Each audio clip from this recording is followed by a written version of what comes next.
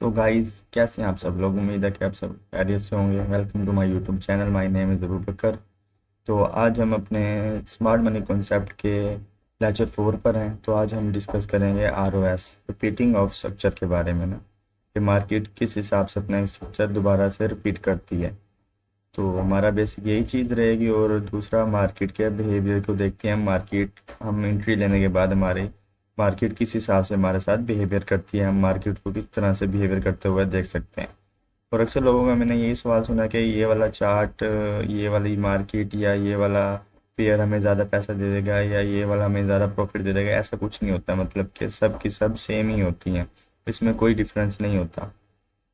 तो मार्केट चल रही होती है, उस मार्केट की बिहेवियर को देखकर ही हमें एंट्री लेनी पड़ती है। और जैसे अगर हम एग्जिट पर एंट्री ले लेते हैं तो हमें प्रॉफिट में देखने के लिए ही मिलती है। और इसकी हम रेजिस्टेंस या सपोर्ट, जैसे हमने पिछले लेक्चर में पढ़ा था, रेजिस्टेंस एंड सपोर्ट, हम अगर इन दोनों को फॉलो करके अगर चीज़ या बाय या सेल करते हैं तो हमें प्रॉफिट में ही ट्रेड जाते हुए मिलती है। चलिए हम अभी चलते हैं अपने स्ट्रक्चर को देखते हैं कि मार्केट किस हिसाब से चलती है। हम किस हिसाब से एंट्री लेते हैं और एंट्री लेने के बाद मार्केट का किस हिसाब से बिहेवियर देखते हैं मार्केट को करते हुए। जैसा कि हम यहाँ पे देखते हैं कि मार्केट यहाँ से अप ट्रेंड में ही जा रही है। मतलब यहाँ से लेकर यहाँ तक अप ट्रेंड में ही जा रही है। अब हमें कैसे पता चलेगा कि मार्केट कहाँ से लेकर कहाँ तक जाएगी, कहाँ पर जाके अपना ट्रेंड खत्म करेगी। तो हम सिंपल ये देख लेते हैं कि मार्केट यहाँ से स्टार्ट होती है, कि मार्केट की यहाँ से छोटी सी विग होती है। मतलब ऊपर से प्रेशर मार्केट का ज़्यादा आ रहा है यहाँ पर। और यहाँ पर हम कैंडल्स देखते हैं कि मार्केट ने दोनों तरफ से जो प्रेशर है वो सेम हो गया। और ऊपर से आगे वाली कैंडल पर मार्केट ने नीचे से प्रेशर शो कराया और ऊपर से बिल्कुल कम हो गया। और यहाँ से मार्केट ने और ज़्यादा प्रेशर शो करा दिया, मतलब कि नीचे से प्रेशर बढ़ता जा रहा है मार्केट पर। तो यहाँ पर आगे मार्केट इसकी बनिस्बत मार्केट ने यहाँ पे अपना प्रेशर नीचे से कम कर दिया और ऊपर से भी कम हो गया। कि मतलब इसको देखकर अगर देखा जाए तो इस चीज़ को, तो ये हमसे कम हो गया। तो यहाँ पर इससे भी कम हो गया प्रेशर। तो मार्केट ने इन दोनों को करते हुए एक रेड कैंडल ऑपोजिट में बना दी। मतलब यहाँ पर मार्केट ने रिजेक्शन दे दी मार्केट ने अपनी। तो हम यहाँ पर देखते हैं कि मार्केट ने रिजेक्शन दी है, किस लेवल पर दी है, हम यहाँ पर किस हिसाब से एंट्री कर सकते हैं। तो हम इस चीज़ का अंदाज़ा हम लगाएंगे अपने पीछे वाली मार्केट से, आया कि मार्केट ने बैक पर ये चीज़ की है या नहीं की, सपोर्ट बनाया है या रेजिस्टेंस बनाया है कि नहीं बनाया।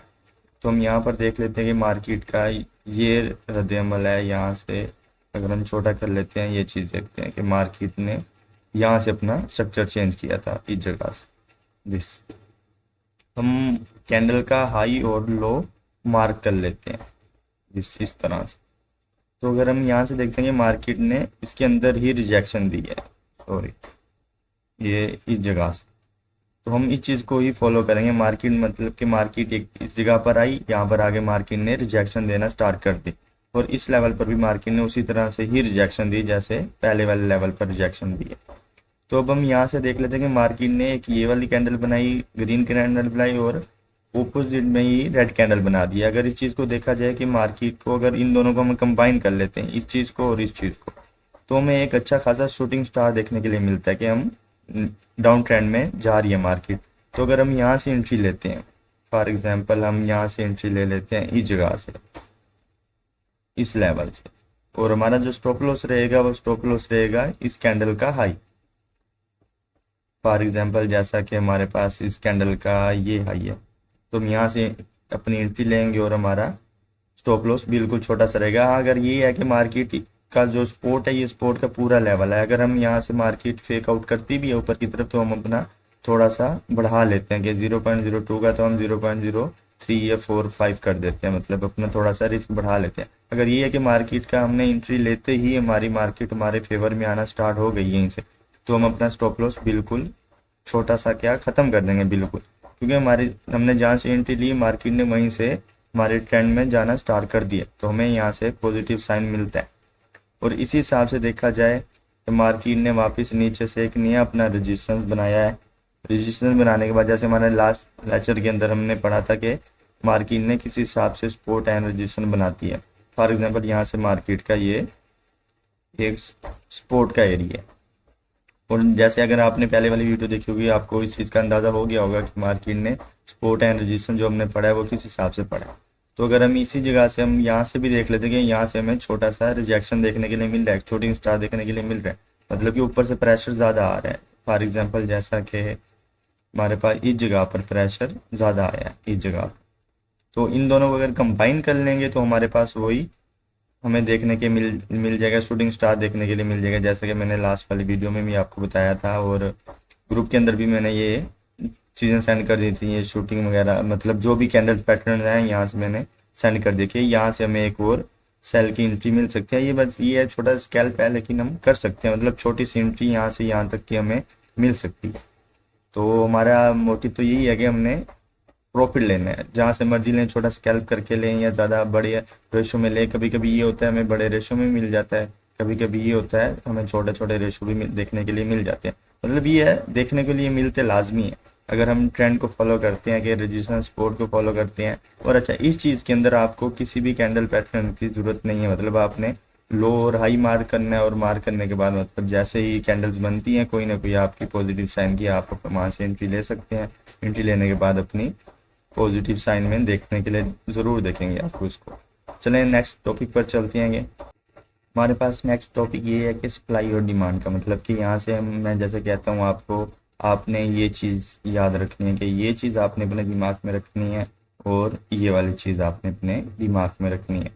जैसा कि आप ये दोनों देखेंगे, अक्सर लोगों का यही होता है कि अक्सर लोग कहते हैं मतलब कि इसमें आपने कैंडल पैटर्न बिल्कुल यूज़ नहीं करना, मतलब कि जैसे ही आपकी सप्लाई आएगी और वैसे ही आपकी डिमांड आएगी, वो चाहे आपकी पॉजिटिव में आए वो चाहे आपकी नेगेटिव में आए, मतलब डिमांड वैसे ही आएगी। जो स्ट्रक्चर आपको मार्केट बना के देगी वही मार्केट आपका स्ट्रक्चर तोड़ेगी और उसी हिसाब से ही आगे मूव करेगी मार्केट।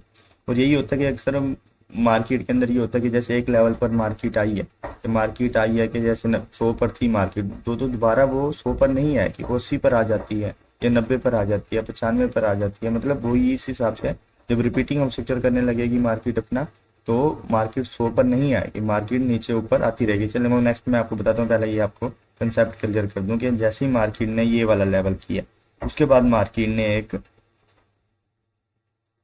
अपनी मूव बनाई है, मतलब इसके अंदर जैसे मतलब ये वाले स्ट्रक्चर के बाद मार्केट ने ये वाला मूव बनाया था और यही स्ट्रक्चर को तोड़ने के लिए मार्केट ने दोबारा से वही ट्रेंड बनाया।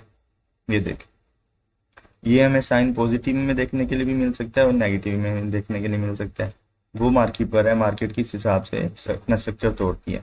अगर ये देखा जाए यहाँ पर जो कैंडल्स बन रही है, जरूरी नहीं है यहाँ पे 3 कैंडल्स थी और यहाँ पर भी 3 ही बने, यहाँ पर 5 थी और यहाँ पर भी 5 बने, यहाँ पर 2 हो सकती है, यहाँ पर 10 हो सकती है, यहाँ पर 3 हो सकती है, यहाँ पर 5 हो सकते हैं। मतलब इस चीज़ के लिए आपको कोई चीज़ की ज़रूरत नहीं है, मतलब जो स्ट्रक्चर बनता है वही स्ट्रक्चर से टूटता है स्ट्रक्चर। और अगर जैसे देखा जाए, मैं इस चीज़ मैंने आपको ये भी कहा था, ये भी अपने दिमाग में रखना कि इसी स्ट्रक्चर को अगर हम देखते हैं तो इसी स्ट्रक्चर के मुताबिक मार्केट ने वापस अपना एक ट्रेंड वापस आगे जाके रिपीटिंग ऑफ स्ट्रक्चर, मतलब जैसे कहते हैं यार ये सप्लाई थी और उसके बाद मार्केट ने ये अपनी डिमांड दे दी है।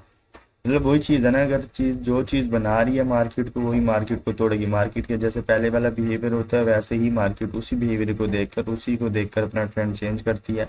फॉर एग्जांपल जैसे कि देखा जाए मार्केट एक अपने लेवल पर आई है, उसके बाद वापस मार्केट नीचे आई, मार्केट वापस ऊपर अप ट्रेंड में गई। अब अगर इस चीज़ को देखा जाए, जो हमारी ये चीज़ वाली सप्लाई है, ये वाली हमारी सप्लाई, तो यही सप्लाई को हम उठा के इस जगह पर लगाएंगे तो हमारे पास सेम वही सप्लाई आएगी। और जैसे हमारे पास ये डिमांड थी, जैसे हमारे पास अगर मार्केट वापस नीचे आ जाती है, एम बना देती है, तो मार्केट की जो ये वाली सप्लाई थी और मार्केट ने उसको डबल करके अपनी डिमांड के अंदर शो कर दिया। मतलब कि अक्सर यही चीज़ होगी कि मार्केट के अंदर कभी आपको एम देखने के लिए मिल जाएगा, कभी आपको एन देखने के लिए मिल जाएगा, कभी आपको डब्ल्यू देखने के लिए मिल जाएगा और कभी एन। मतलब इन 3 चीज़ों के अंदर ही मार्केट चलती है। मतलब आप जब भी देखेंगे मार्केट को इन 3 स्ट्रक्चर के अंदर ही देखेंगे। और जहाँ पर ये चीज़ें आ जाएंगी यहाँ पर आपको कैंडल्स पैटर्न की कोई ज़रूरत नहीं पड़ती। मतलब आपने मार्केट के अंदर देखना कि एम बनना है, इसका जैसे ही ब्रेकआउट हो, ब्रेकआउट स्ट्रक्चर हो, आपने फौरी एंट्री ले लेनी है। यहाँ पे चेंज ऑफ करैक्टर हो या ब्रेकआउट स्ट्रक्चर हो या जैसे चेंज ऑफ करैक्टर हुआ यहाँ पे ले सकते हैं आप। जैसे ही मार्केट ने यहाँ पर अपना एक मूव बनाया, यहाँ पे हमें ऊपर होल्डिंग देती है, यहाँ पे रिटेस्ट करते हैं तो हम बाय में बैठ सकते हैं। मतलब इसी हिसाब से जो मार्केट के स्ट्रक्चर है, मार्केट उसी स्ट्रक्चर के मुताबिक ही चलती है, ये नहीं कि मार्केट चेंज कर देती है। जैसे हमने यहाँ देखा, यहाँ जैसे हमने यहीं पे देखा कि यहाँ पे मार्केट ने जो स्ट्रक्चर बनाया था वही स्ट्रक्चर ने मार्केट को तोड़ा है, ये सप्लाई डिमांड देकर। और इस हिसाब से जो पहले का स्ट्रक्चर था मार्केट ने उसी स्ट्रक्चर से मार्केट ने अपने बिहेवियर को चेंज किया। ये जो मैंने नेक्स्ट है मतलब आगे क्या है, बिफोर क्या है, ये आफ्टर का, सॉरी ये बिफोर था, ये हमारे पास आफ्टर चल रहा है। तो इसी हिसाब से मार्केट अपना बिहेवियर चेंज करती रहती है। आगे देख लें तो आगे भी सेम हमें वही इसी तरह से मिलेगा, जो सप्लाई आएगी वही, जो डिमांड आई होगी वही, उसी हिसाब से उसने चेंज किया होगा बिहेवियर अपना। देखें जैसे ये चीज़ थी हमारे पास यहाँ पे एक विग आई हुई है, एक कैंडल आई हुई है रेड की, तो हमारे पास जो नेक्स्ट आएंगी अगर देखा जाए हमारे पास उसके बाद ही, रेड के बाद ही ये स्ट्रक्चर बना था। तो मार्केट ने जो स्ट्रक्चर तोड़ा है, अगर इसमें देखेंगे हम इनके अंदर हमारे पास कोई ग्रीन कैंडल नज़र नहीं आएगी। अगर एक रेड आई थी तो रेड ट्रेंड में ही तोड़ेगी अपना स्ट्रक्चर को मार्केट। तो ये हमारे पास कंफर्मेशन हो जाती है कि जो ट्रेंड मार्केट को बना रहा है वही ट्रेंड ही मार्केट को तोड़ेगा। ठीक है, ये चीज़ तो आपको कंफर्म होगी। अब हम चलते हैं break of repeating of structure के बारे में। अगर हम यहाँ पे देख लेते हैं कि यहाँ पे मार्केट ने एक अपना लो और हाई रेजिस्टेंस फॉर एग्जांपल बनाया। रेजिस्टेंस बनाने के बाद मार्केट ने वापस उसी जगह पर ले आई है अपनी मार्केट। अगर मार्केट यहाँ से आई है तो यहाँ पर जैसे ही अपने लेवल पर आई है इस जगह पर, यहाँ पर आगे मार्केट ने रिपीटिंग ऑफ स्ट्रक्चर कर लिया। हम देखते हैं कि यहाँ जैसे हम यहाँ पर हमारे पास 100 पर अगर प्राइस थी तो मार्केट ने वापस 100 पर नहीं लेगी आई, मार्केट उससे कम ही लेगी आई है। तो जैसे 80 पर आ जाते, 90 पर आ जाते, मतलब हमारे पास रिपीटिंग ऑफ स्ट्रक्चर आ गया। जैसे ही इस चीज़ पर आएगी तो मार्केट पूरी नीचे की तरफ हम देखेंगे मूव करते हुए इस। तो हम यहाँ से अपनी एक ट्रेड ले सकते हैं, मतलब यहाँ से लेकर यहाँ तक हमारा टारगेट रहेगा, मतलब हमारे पास पॉजिटिव में ही आ रही है। तो नेक्स्ट हम देख लेते हैं कि रिपीटिंग ऑफ स्ट्रक्चर हमारे पास ये भी कंफर्मेशन होगी कि रिपीटिंग ऑफ स्ट्रक्चर किस हिसाब से मार्केट करती है। इसमें बंदे के पास कोई है एक प्राइस आ रही है 100 पर, वैसे ही 90 पर। इसी तरह से अगर हम देखा जाए अक्सर लोग यही कहते हैं कि मार्केट के अंदर जो ये सामने चल रहा होता है, प्राइस चल रहा होता है गोल्ड का या क्रूड ऑयल का, यूरो का, यूएसडी का, मतलब कुछ भी हो।